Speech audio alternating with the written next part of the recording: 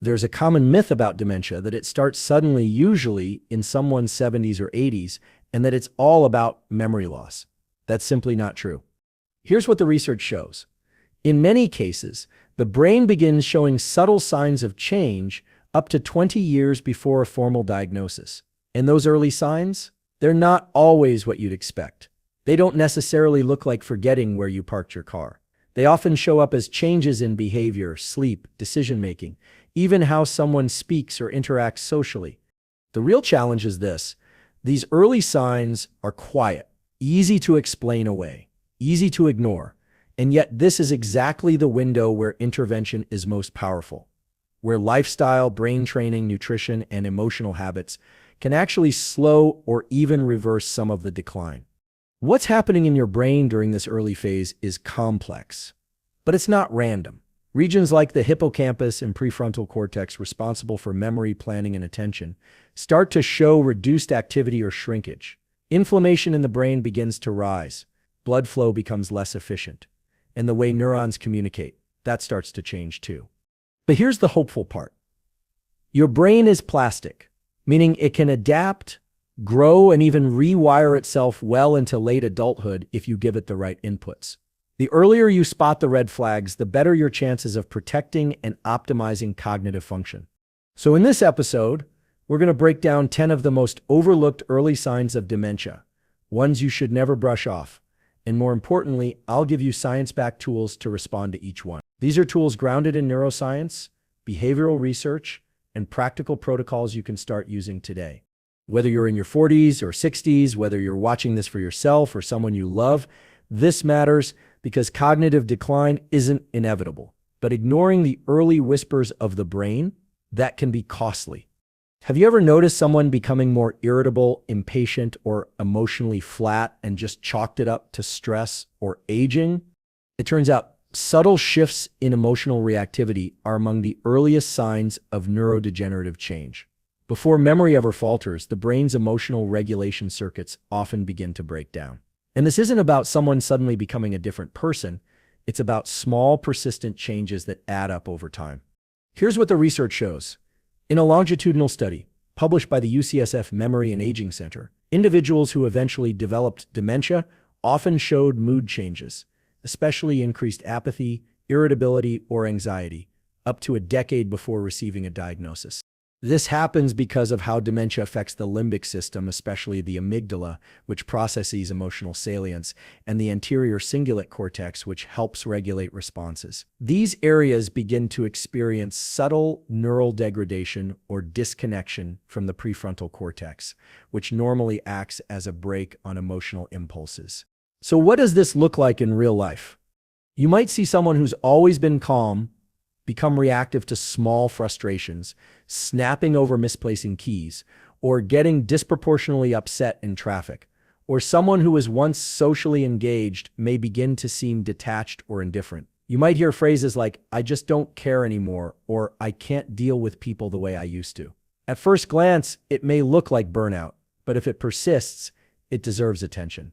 Here's the key takeaway. Don't ignore these emotional shifts, especially if they're uncharacteristic and not tied to a clear situational cause like grief, financial stress, or life transition. When these changes happen in isolation, and especially when combined with other subtle cognitive symptoms, they can be early signs of neurological decline.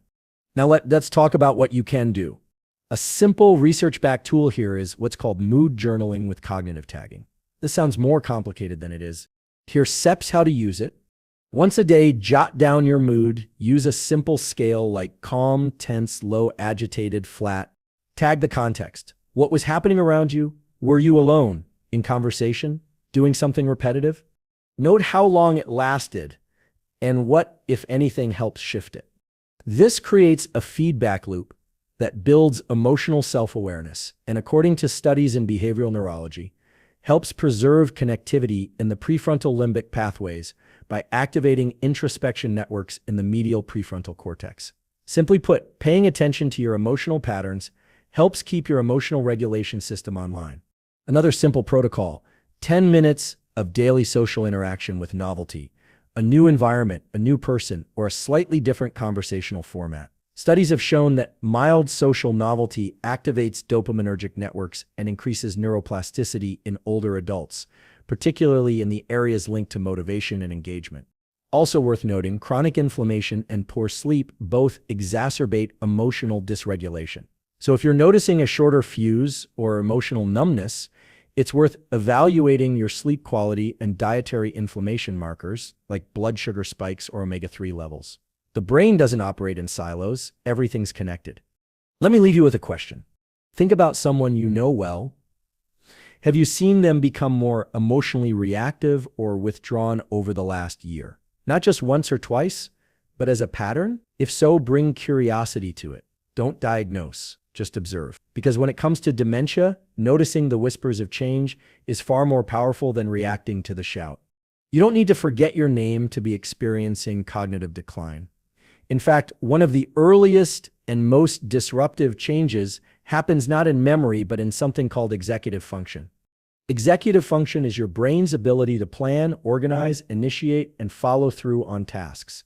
It's what allows you to pay your bills on time, make a grocery list, cook a meal with multiple steps, or weigh pros and cons when deciding what to do next. When this starts to falter, the signs aren't loud, but they can quietly unravel someone's independence. Here's what the research shows. Early dysfunction in the prefrontal cortex, especially the dorsolateral prefrontal area, impairs working memory, cognitive flexibility, and decision-making. This isn't just theory. Neuroimaging studies on individuals with mild cognitive impairment, MCI, such as those published in Neurobiology of Aging, show reduced activation in these regions even before traditional memory tests show failure. So what does this look like in daily life? It might look like someone starting projects but not finishing them, struggling to decide what to eat, avoiding tasks that require planning or sequencing.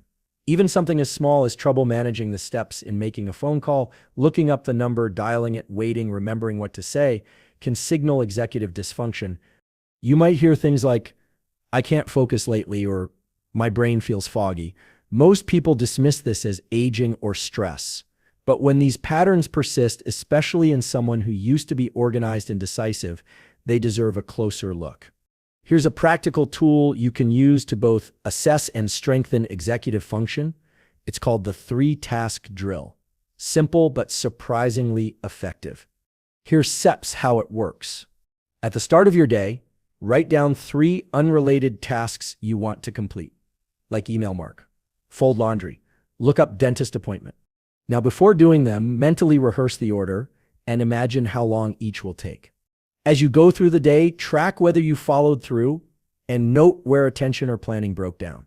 What this does is activate a network in the brain called the frontoparietal control system, essential for juggling competing priorities and staying mentally flexible.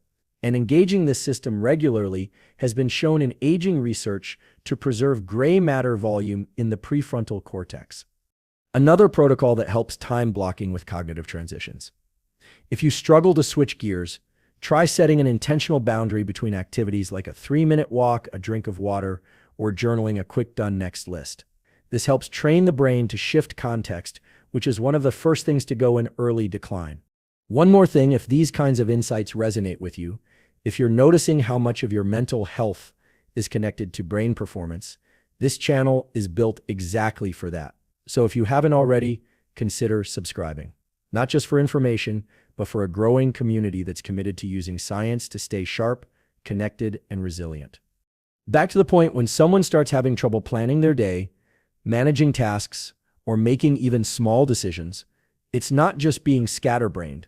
It may be early neurocognitive change. And the earlier we support those executive circuits with structure, challenge, and awareness, the more resilient they become. So let me ask you this. When was the last time you felt mentally disorganized? Was it a one-off moment, or has it started to feel like the new normal?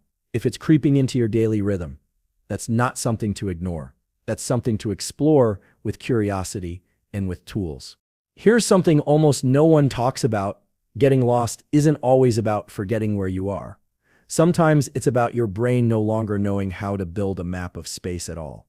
One of the earliest regions affected by Alzheimer's and other dementias is the hippocampus, the seahorse-shaped structure in the medial temporal lobe. It's often known for memory, but it does something even more primal. It creates a mental map of your surroundings. This system is called spatial memory, and when it falters, you might find yourself disoriented in places that used to be second nature. Research from University College London has shown that patients in the preclinical phase of Alzheimer's often demonstrate deficits in navigation long before memory complaints arise.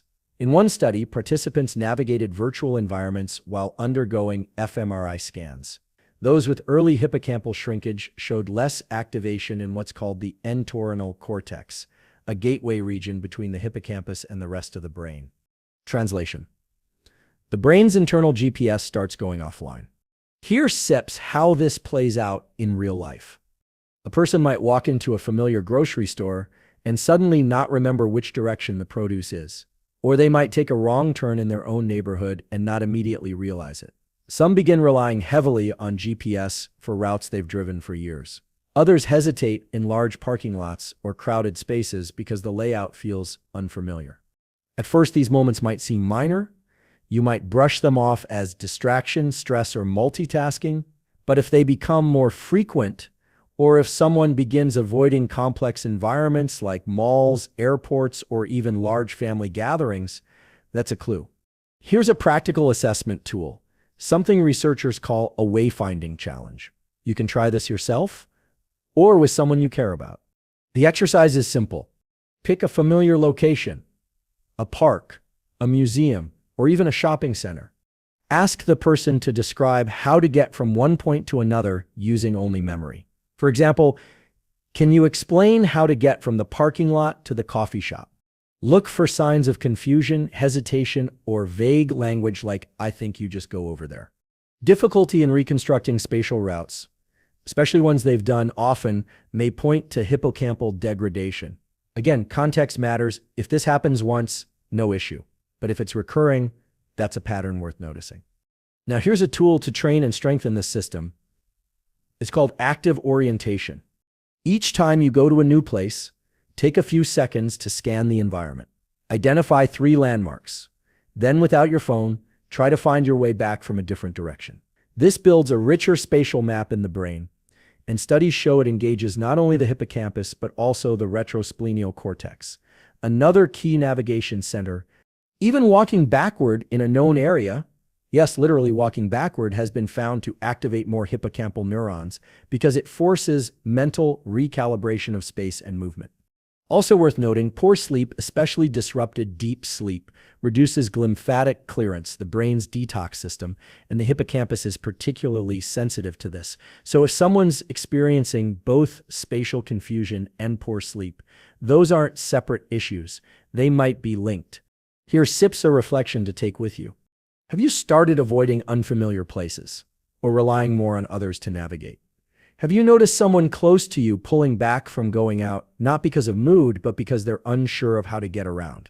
That hesitation can be one of the brain's first signals that its mapping system is under strain. Recognizing it early isn't a reason to panic. It's a reason to get proactive, because the hippocampus is trainable. But only if you listen when it starts to whisper. Most people think of dementia as forgetting names or stories. But before memory loss shows up, something else often changes first: how you use words. You might notice someone pausing mid-sentence, struggling to find the right word, or repeating vague phrases like "that thing" or "you know what I mean." Their vocabulary may feel thinner, their sentences shorter, and conversations that once flowed now take more effort. What's happening here is more than just getting older. Here's what the research shows. In early cognitive decline, the left temporal lobe, especially regions like Wernicke's area and the angular gyrus, begins to show reduced activity. These areas are crucial for both language comprehension and word retrieval. And this isn't just theory. Brain scans confirm that even before a dementia diagnosis, subtle deficits in verbal fluency can show up in healthy-appearing adults. In fact, a longitudinal study out of the Mayo Clinic found that reduced semantic fluency, that's your ability to name things in a category like animals or tools, is a strong predictor of progression from mild cognitive impairment to Alzheimer's. Not remembering someone's name? Common. But not remembering the word ladder or cabbage? That's more significant. So what does this look like in real life? Someone might say the cooking thing, instead of oven, or they might start substituting simpler words for more specific ones. The man instead of the pharmacist, or that stuff instead of prescription. They might lose their train of thought more often or speak in slower, broken phrases, and often they notice it themselves, but downplay it. Here's an empowering protocol you can use to assess and support language fluency. It's called the category recall exercise, and it takes under 2 minutes a day. Here's tips how to do it. Pick a category: animals, fruits, professions, whatever you like. Set a timer for 1 minute. Speak aloud or write down as many examples from that category as possible. This taps into both semantic memory and word retrieval speed, and studies show that doing it regularly lights up the exact brain regions most at risk in early decline. In cognitive training programs, this kind of drill has been shown to increase verbal fluency scores over time, even in older adults. Want to take it one step further? Try doing it while walking. This dual tasking method activates additional executive pathways in the brain and trains you to stay fluent under light cognitive load. It's a favorite tool in neurorehabilitation clinics for a reason. If you're starting to notice language changes, either in yourself or someone close, don't panic. But also don't ignore it, especially if it's happening more than just occasionally. And if you've made it this far, it probably means you care deeply about protecting your brain, either for yourself or for someone you love. This is exactly the kind of grounded, science-based insight we share regularly on this channel. So if you haven't yet, subscribe. It's a simple way to stay plugged into the best tools and research for brain health. And honestly, it helps more people find this kind of content too. Here's something else to reflect on. Have you caught yourself defaulting to vague words more often lately? Or maybe avoiding certain conversations because you're unsure you'll find the words? That hesitation isn't just about confidence. It could be your brain sending a signal that something is changing. The good news is neuroplasticity is real, and your language circuits respond to challenge if you give them the right kind. One of the most misunderstood early signs of dementia isn't memory loss. It's what often gets dismissed as laziness or low mood, a slow but steady withdrawal from things a person used to care about. Here's how it usually starts. Someone stops calling friends back. They stop reading the newspaper each morning, or they lose interest in their favorite hobby. A project they were excited about last month now just sits untouched. I'll get to it later, they say. But later never comes. This isn't just aging. It's not always depression either. In many cases, this loss of initiative, also known as apathy, is a neurological shift. Here's what the science says. The medial frontal cortex, anterior cingulate, and dopaminergic reward pathways are key to initiating goal-directed behavior. When these systems begin to degrade, as they often do early in Alzheimer's and frontotemporal dementia, the brain's drive to act diminishes, not because the person doesn't care, but because the internal spark that fuels engagement is flickering. A major review in the Lancet Neurology found that apathy is one of the most prevalent behavioral symptoms in early dementia, and that it's strongly correlated with future cognitive decline. It's also one of the easiest symptoms to misread. You might hear phrases like, "I just don't feel like it," or "it's too much effort," and yet nothing external has changed. Same house, same routine, same relationships. What's changed is the internal engine that moves a person from intention to action. So what can you do? There's a powerful tool for this, and it comes from behavioral activation therapy. It's called the Tiny Engagement Protocol. Here's how it works. Choose one meaningful activity that the person used to enjoy but hasn't done in a while. Break it into the smallest possible starting step. Not go for a walk, but put on walking shoes. Not paint, but lay out the brushes. Use a cue like a calendar alert or visual reminder to trigger that one micro step at the same time each day. The goal isn't productivity. The goal is reigniting initiation circuits in the frontal lobe. Studies show that even small, consistent acts of engagement can reawaken dormant motivation pathways, especially when paired with positive reinforcement or mild social accountability. Here's another tip. Pair engagement with novelty. Something as simple as doing an old hobby in a new location or with a new person can boost dopamine release and re-engage reward systems that have gone quiet. Now, it's important to differentiate this from clinical depression. Apathy looks like disinterest, but often without deep sadness or negative self-talk. The person isn't unhappy, they're just blank. If you're seeing that, it may not be psychological, it might be neurological. Let me ask you this. Is there someone in your life who's slowly stopped participating? Not in a dramatic way, but in the quiet, cumulative sense? If so, ask yourself, is this just a season or is it a pattern? Because noticing that distinction might be what prompts the right kind of support before the window for change narrows. The encouraging news is this: the brain is built to respond to stimulation. Even in the early stages of decline, initiative can be rebuilt with consistency, compassion, and the right kind of structure. Withdrawal is not always a choice, but re-engagement can be. We all know sleep is important, but most people don't realize how early and how clearly disrupted sleep patterns can point to neurological change. In fact, altered sleep architecture often shows up years before someone experiences noticeable memory issues. Here are stats. What's happening under the hood? As you sleep, your brain enters a series of stages. Deep sleep, also known as slow-wave sleep, is when your brain performs some of its most critical maintenance. One of the most important functions, clearing out metabolic waste through the lymphatic system, your brain's internal cleaning crew. During deep sleep, cerebrospinal fluid flushes through the brain tissue, washing away proteins like beta amyloid and tau, both of which are strongly linked to Alzheimer's when they build up. This process doesn't happen when you're awake, and it doesn't happen well if your sleep is shallow or fragmented. What the research shows is striking in studies from the NIH and the University of Rochester.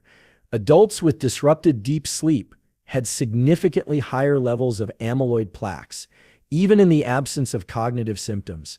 Another study in Brain found that people who act out dreams in REM sleep, a condition called REM sleep behavior disorder, were far more likely to develop Parkinson's or dementia with Lewy bodies within a few years. So if you or someone you know is experiencing intense dreams, sudden movements during sleep, waking up frequently, or feeling unrefreshed even after a full night in bed, that's not just about being tired. It may be a signal. Let's talk tools.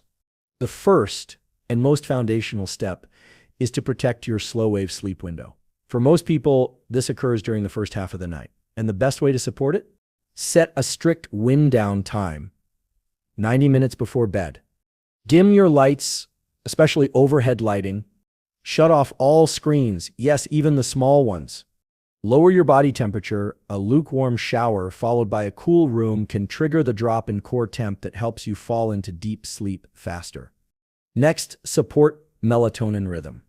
Melatonin is your brain's natural sleep hormone, and it's highly sensitive to light. So in the morning, get sunlight in your eyes within 30 minutes of waking. No sunglasses, no glass barrier. This anchors your circadian rhythm and helps make your sleep that night more restorative. Studies out of Stanford and the University of Basel have shown this simple action alone can improve sleep quality in older adults by over 30%. Another useful practice: track your sleep, not just quantity but quality. If you're waking up several times a night or experiencing vivid, disturbing dreams, that's data, and if it's happening regularly, it may warrant a conversation with a neurologist or sleep specialist. But don't underestimate what behavioral consistency can do.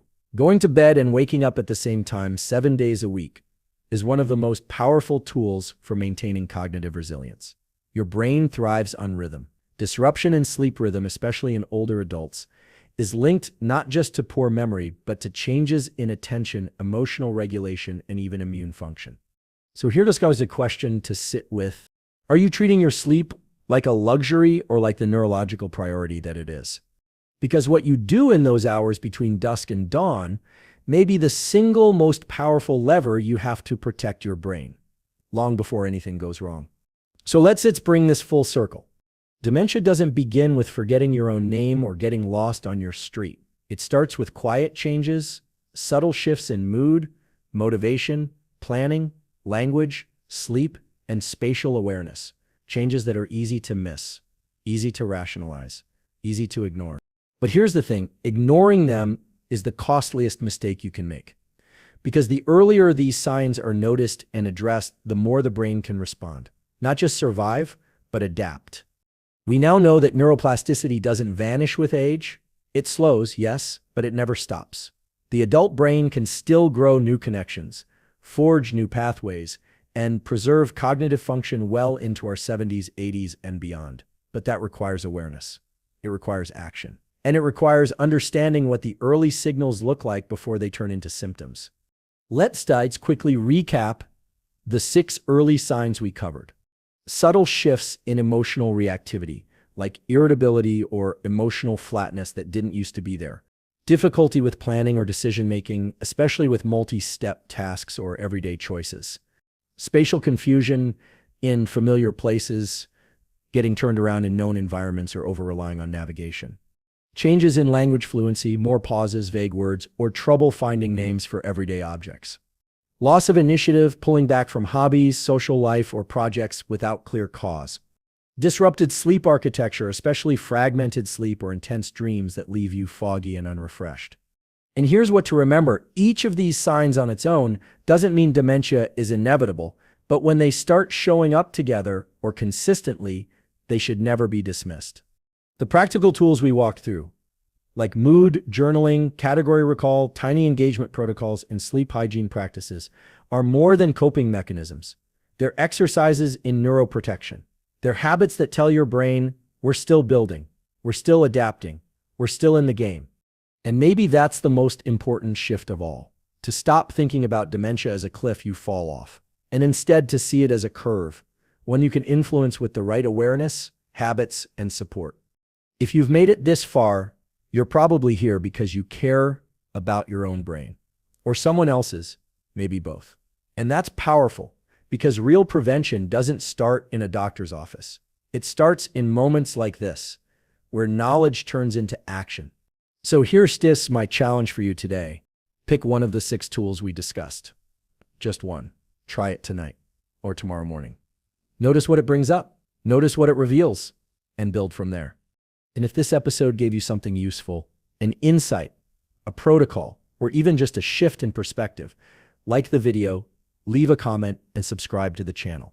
This community is here for people who want to protect their mind, body, and future, not with fear, but with science, with clarity, with intention.